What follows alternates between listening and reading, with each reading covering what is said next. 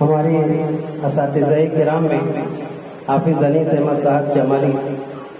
اور حافظ خلیل احمد صاحب مزاری جو ہمارے اساتذہ میں سے تعلق رکھتے ہیں، میں ان دونوں حضرات سے درخواست کروں گا کہ آپ آگے آ جائیں اور ڈاکٹر ارشد یوسف الیاس صاحب ان کی خدمت میں سپاس نامہ شال اور جو مجلس کی جانب سے ہدیہ پیش کرتے ہیں صدر صاحب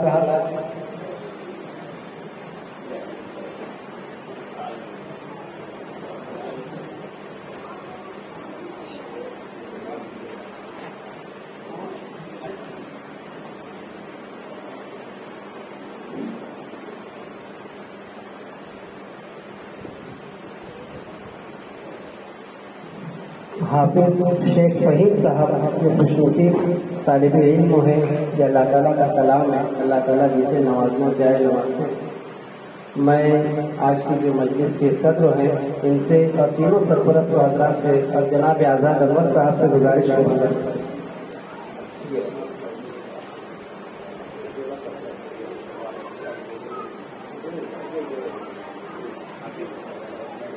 یہ بچے کے لیے مجلس کی جانب سے ایک جوڑا کپڑا ہے، ان کے جو سرپرست ہیں یہ بھی آپ آگے آ جائیں، ان کے والد صاحب بھی آج کی مجلس میں تشریف لائے ہیں ماشاءاللہ۔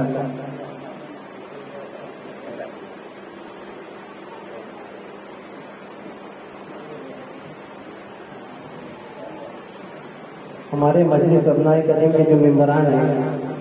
جو نائب صدر ہے حافظ عمران صاحب،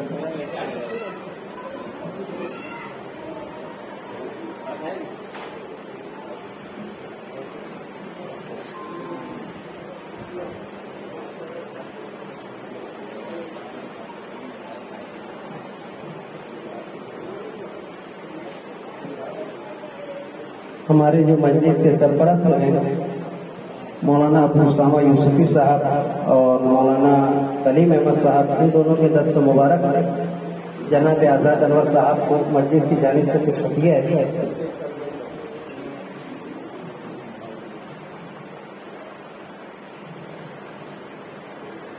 بڑے بڑے خطبہ، شورا، دینی، سماجی، ملی، سیاسی خدمات انجام دینے والے مدرسین، معمار قوم نے وہ کام کیا ہے کہ شہر کا نام دور دور تک دنیا تک پھیلایا ہے،